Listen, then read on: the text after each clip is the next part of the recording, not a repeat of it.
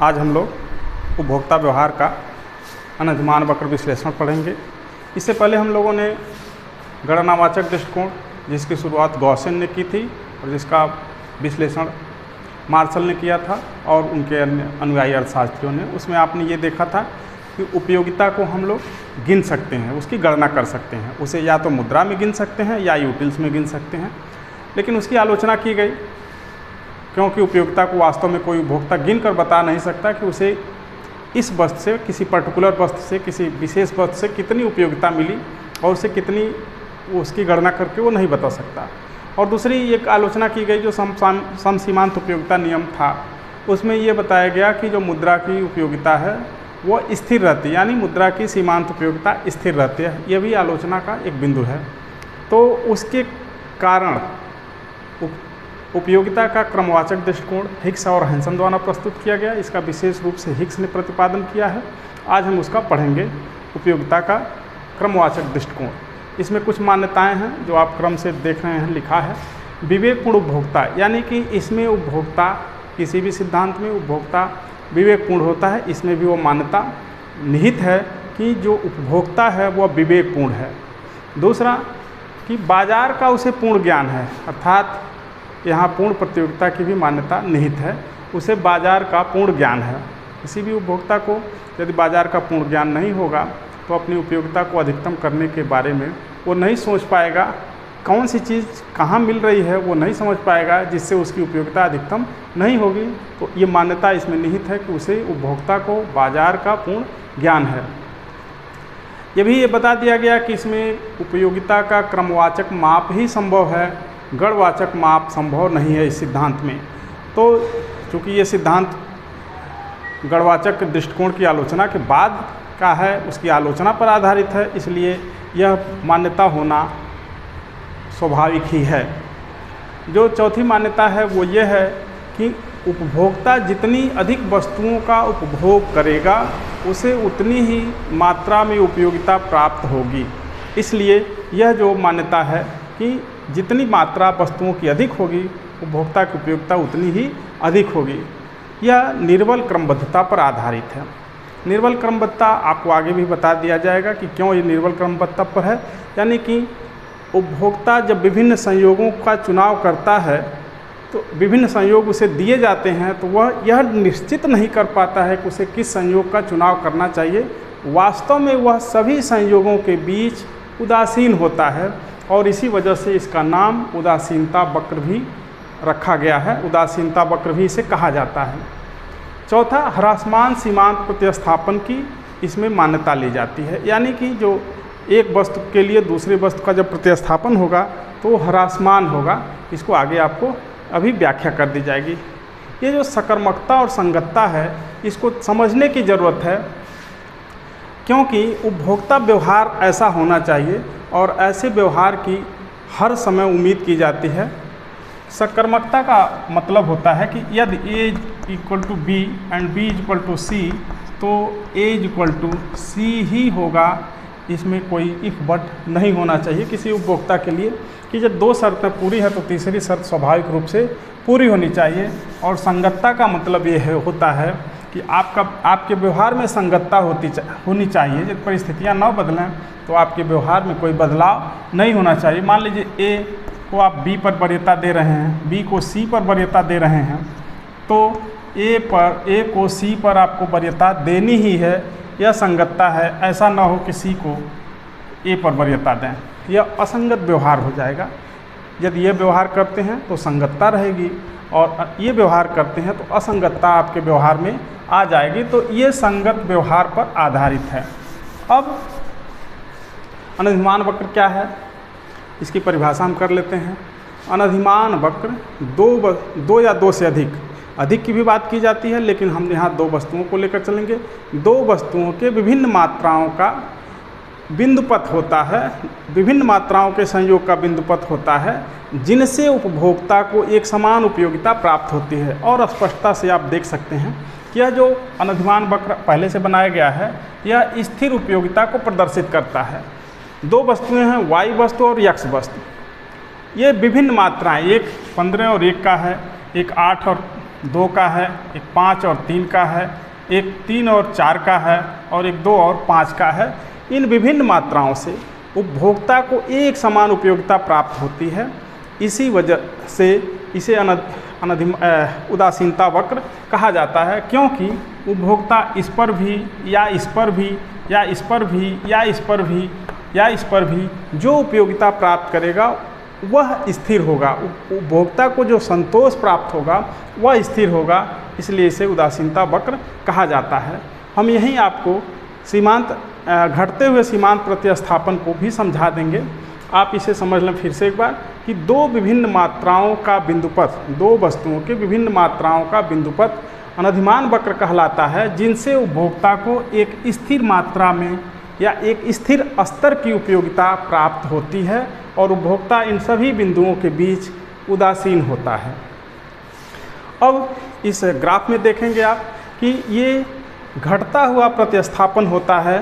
पहले एक x के लिए उसे 7y त्यागना पड़ता था, लेकिन बाद में 3y त्याग कर रहा है, फिर 2y त्याग कर रहा है, फिर 1 के लिए केवल 1y त्याग कर रहा है। तो वहाँ ये जो इंटरेस्टेड बात है, आपको विचार करने की बात है, वह यह है कि पहले एक x प्राप्त करने के लिए उपभोक्ता अपनी 7 इकाइयाँ त्याग देता है, लेकिन अगले एक x को प्राप्त करने के लिए वह केवल 3 ही त्याग करने को तैयार होता है।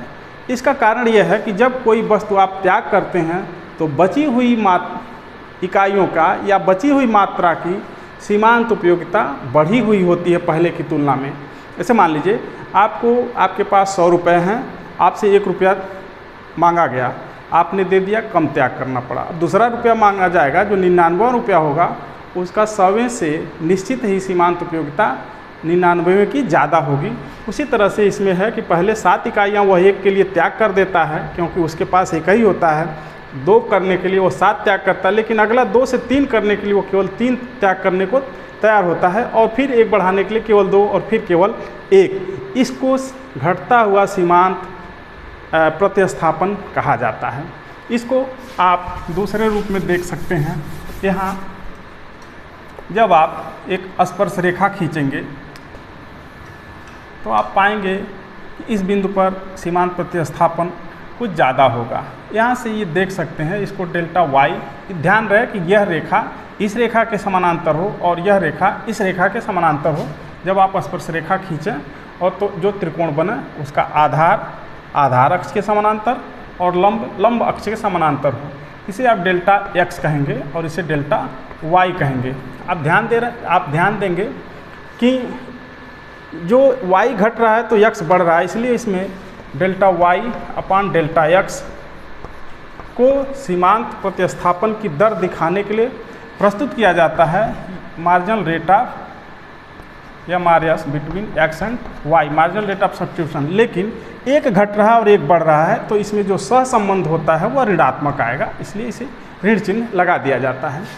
अब एक और बात इसमें जो बतानी है वह यह है कि ये सीमांत प्रतिस्थापन की दर घटता हुआ होता है, और दूसरी जो महत्वपूर्ण बात इसमें से निकल के आती है वह यह है कि इसमें से एक x अक्ष पर जो वस्तु है उसको y अक्ष की वस्तु के रूप में सीमांत उपयोगिता हम व्यक्त कर सकते हैं। जैसे x अक्ष पर मान लीजिए 1 इकाई है, तो 1 इकाई की सीमांत उपयोगिता y के रूप में इतनी है। यहाँ जो उदाहरण हमने लिया है वो 15, यानी 1 की जो उपयोगिता है वो 15 के बराबर है और दूसरे की उपयोगिता इसके बराबर है। यानी बहुत तेज़ी से उपयोगिता घटती है जब इस पर मात्रा x की बढ़ती जाती है। x की मात्रा बढ़ेगी तो इसकी सीमांत उपयोगिता घटेगी, और उसी तरह से इसकी घटेगी तो इसकी सीमांत उपयोगिता, यदि इसकी मात्रा बढ़ा रहे हैं तो इसके रूप में x के रूप में इसकी सीमांत उपयोगिता तेज़ी से घटेगी। तो आप चाहें तो इसको इस रूप में भी सोच सकते हैं कि जब एक की मात्रा बढ़ती है तो उसकी सीमांत उपयोगिता क्रमशः दूसरे वस्तु के रूप में घटती है, और इसकी घटती है तो इसकी सीमांत उपयोगिता जो घटने वाली इकाई है उसकी दूसरे वस्तु के रूप में बढ़ती है। तो अब हम ये देख लेंगे कि ये इसका सीमांत प्रतिस्थापन की दर घटती हुई होती है। अब इसकी कुछ विशेषताएं हैं, उसके बारे में हम बता दे रहे हैं। इसकी मुख्य रूप से 4 विशेषताएं हैं। नंबर 1, कि यह ऋणात्मक ढाल वाला होता है, ऋणात्मक ढाल, मतलब कि इसकी ढाल शुरू से ही घटती हुई होगी। नंबर 2 कि यह एक दूसरे को नहीं काटते हैं। जैसे दूसरी विशेषता कि एक दूसरे को यदि काटेंगे तो व्यवहार असंगत हो जाएगा, यानी ये असंगतता को प्रदर्शित करेंगे, संगतता को नहीं प्रदर्शित करेंगे। और इसको स्पष्ट शब्दों में कहा जाए तो यह ऊंचा अनधिमान वक्र ऊंचे उपयोगिता स्तर को दर्शाता है और नीचा अनधिमान नीचे उपयोगिता स्तर को दर्शाता है। और यहाँ यही IC1 ऊंचे को हो जाएगा और IC2 नीचे अनधिमान नीचे आ जाएगा, इसलिए यह व्यवहार असंगत हो जाएगा। इसको संगत रहने के लिए यह जरूरी है कि यह एक दूसरे को न काटें। जो तीसरा इसकी विशेषता है वो यह है कि यह मूल बिंदु की तरफ उन्नतोदर होता है, यानी यह इस तरफ झुका होगा। ये इस आकार का या इस आकार का नहीं हो सकता, यह मूल बिंदु की तरफ ही होगा। और जो चौथी महत्वपूर्ण विशेषता है वह यह है कि ऊंचा अनधिमान वक्र ऊंचे उपयोगिता स्तर को प्रदर्शित करता है और नीचा अनधिमान वक्र नीचे उपयोगिता स्तर को प्रदर्शित करता है। तो ये मोटी मोटा आपको अनधिमान वक्र की कुछ विशेषताएं बताई गई हैं। अब अनधिमान वक्र का ढाल आपने ये देख लिया कि हर बिंदु पर इसका ढाल स्पर्श रेखा खींचकर आप प्राप्त कर सकते हैं। और ये जो ढाल है यही मार्जिनल रेट ऑफ सब्स्टिट्यूशन यानी प्रतिस्थापन की सीमांत दर बिटवीन x एंड y को व्यक्त करता है, जो माइनस डेल्टा y अपान डेल्टा x से आप दिखा सकते हैं। यदि आप थोड़ा बहुत गणित में पढ़ना चाहें तो ये जो वक्र है इसका एक समीकरण दिया होगा और समीकरण का प्रथम क्रम का अवकलन हमेशा इसके सीमांत परिवर्तन को दिखाता है। इसको आप चाहें तो वहाँ से करके देख सकते हैं। अब इसकी सहायता से, अनधिमान वक्र की सहायता से उपभोक्ता व्यवहार का और उपभोक्ता संतुलन को हम कैसे डिसाइड करेंगे, इसको समझने के लिए पहले हम बजट रेखा के बारे में जानेंगे।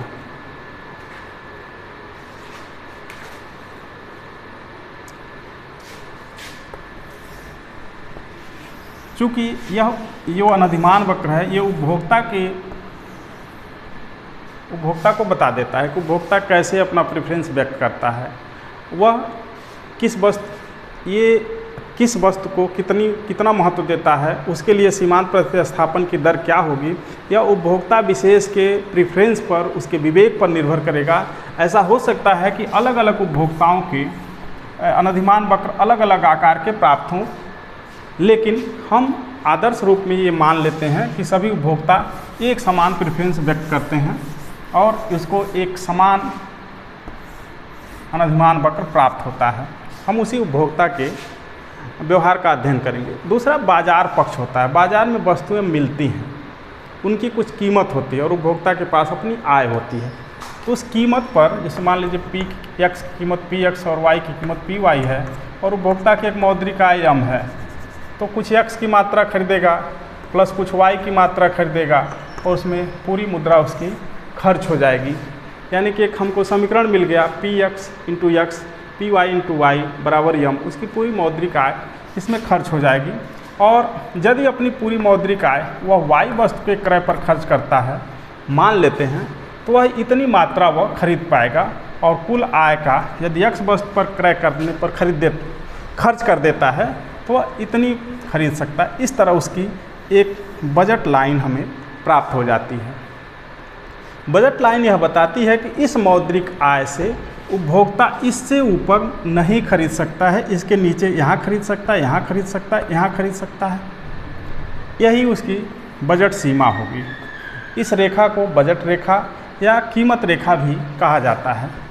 यह x अक्ष होगा और यह y अक्ष होगा, यह मूल बिंदु होगा।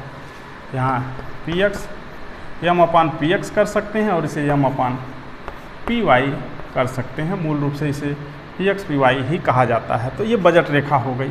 बजट रेखा ज्यों-ज्यों आय बढ़ेगी और वस्तुओं की कीमतें स्थिर होती हैं, आय बढ़ेगी और वस्तुओं की कीमतें स्थिर होती हैं, तो बजट रेखा बाहर की तरफ समानांतर रूप से शिफ्ट हो जाएगी और मौद्रिक आय घट जाएगी तो उपभोक्ता की बजट रेखा अंदर शिफ्ट हो जाएगी। इस तरह से यदि मौद्रिक आय उसकी घटती बढ़ती है तो बजट रेखा शिफ्ट हो जाएगी। लेकिन यदि वस्तुओं की कीमतें परिवर्तित होती हैं और मौद्रिक आय स्थिर रहती है तो तब भी बजट रेखा शिफ्ट करती है। उसको देखें कैसे। मान लीजिए ये मूल बजट रेखा दी हुई है और यक्स वस्तु की कीमत घट जाए मतलब वह पहले दी गई मौद्रिक आय से जो स्थिर है उसमें से पहले से ज़्यादा मात्रा वह क्रय कर सकता है, यानी ये बजट रेखा बाहर की तरफ एक्स अक्ष पर शिफ्ट कर जाएगी। यानी यक्स की कीमत घटेगी तो एक्स अक्ष पर बाहर की तरफ शिफ्ट करेगी और यक्स की कीमत जब बढ़ जाए तो वो पहले से कम मात्रा क्रय कर पाएगा, इसलिए अंदर की तरफ शिफ्ट कर जाएगी। तो ये कीमत घटने पर और ये कीमत बढ़ने पर। इसी तरह से यदि वाई वस्तु की कीमत में परिवर्तन होता है, ये मूल बजट रेखा है, वाई वस्तु की कीमत घटती है तो बजट रेखा इस आकार की हो जाएगी, यानी कीमत घटेगी तो बजट रेखा बाहर जाएगी और यदि वाई वस्तु की कीमत बढ़ती है तो बजट रेखा अंदर शिफ्ट कर जाएगी और एक्स वस्तु की स्थिर रहेगा। तो मैं समझता हूँ कि बजट रेखा अब मैं समझाने में सफल रहा। अब उपभोक्ता संतुलन कहाँ प्राप्त करता है। मान लीजिए उपभोक्ता का एक अनधिमान वक्रों का मैप दिया हुआ, मतलब एक सेट दिया हुआ है और उसका बजट रेखा दी गई है। क्योंकि उपभोक्ता की मौद्रिक आय स्थिर है इसलिए बजट रेखा तो स्थिर होगी। हमारी इच्छाएं अनंत हो सकती हैं लेकिन बजट अनंत नहीं हो सकता, तो अनंत इच्छाओं को देखते हुए इनके अनधिमान वक्र अनंत खींचे जा सकते हैं और इन्हीं अनधिमान वक्रों को इस बजट सेट के साथ रख दिया जाएगा। तो आप देखते हैं कि IC2 पर उपभोक्ता संतुलन में आ जाएगा और IC3, IC4 यानी अन्य सपने उसके अभी नहीं पूरे हो सकते। केवल यही सपना यहाँ स्पर्श कर जाएगा, यही सपना उसका या यही उसकी बजट रेखा अलाउ करती है कि वह उपभोक्ता इसी पर उपभोग करे, यानी उपयोगिता का केवल IC2 लेवल ही वो प्राप्त कर पाएगा। इसे आप इक्विलिब्रियम पॉइंट कह सकते हैं, यानी एक्स वस्तु की वो एक्स मात्रा और वाई वस्तु की वो वाई मात्रा वह क्रय कर सकता है इस दिए गए बजट में। अब विश्लेषण हमें यह करना है कि वह इस पर क्यों नहीं रहेगा या इस पर क्यों नहीं रहेगा। तो आप ये जान लें कि यह निचले उपभोग स्तर को दिखाता है। अब उसका पूरा बजट इस बिंदु पर खर्च तो हो जाएगा लेकिन उपयोगिता का जो स्तर होगा वह नीचे होगा, इसलिए एक विवेकपूर्ण उपभोक्ता को इस पर उपभोग न करके इस बिंदु पर उपभोग करना चाहिए ताकि वह उपयोगिता को अधिकतम कर सके। तो इस तरह जहाँ उसका उपयोगिता अधिकतम संयोग होता है वहाँ Px/Py बराबर मार्जिनल यूटिलिटी ऑफ x बटे मार्जिनल यूटिलिटी ऑफ y, यही होता है मार्जिनल रेट ऑफ सब्स्टिट्यूशन के बराबर। यानी मार्जिनल रेट ऑफ सब्स्टिट्यूशन वहाँ बराबर है, सीमांत उपयोगिताओं का अनुपात बराबर है और उनका वस्तुओं का मूल्यानुपात बराबर है।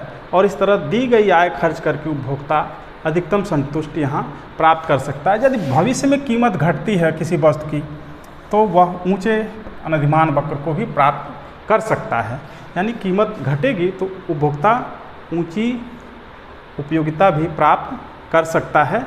इसके लिए एक अलग से वीडियो बनाई जाएगी कि यह व्यवहार वह कैसे करता है, इसे प्रतिस्थापन प्रभाव, आय प्रभाव और दोनों को जोड़ा जाएगा, फिर वो कीमत प्रभाव आएगा। बहुत बहुत धन्यवाद।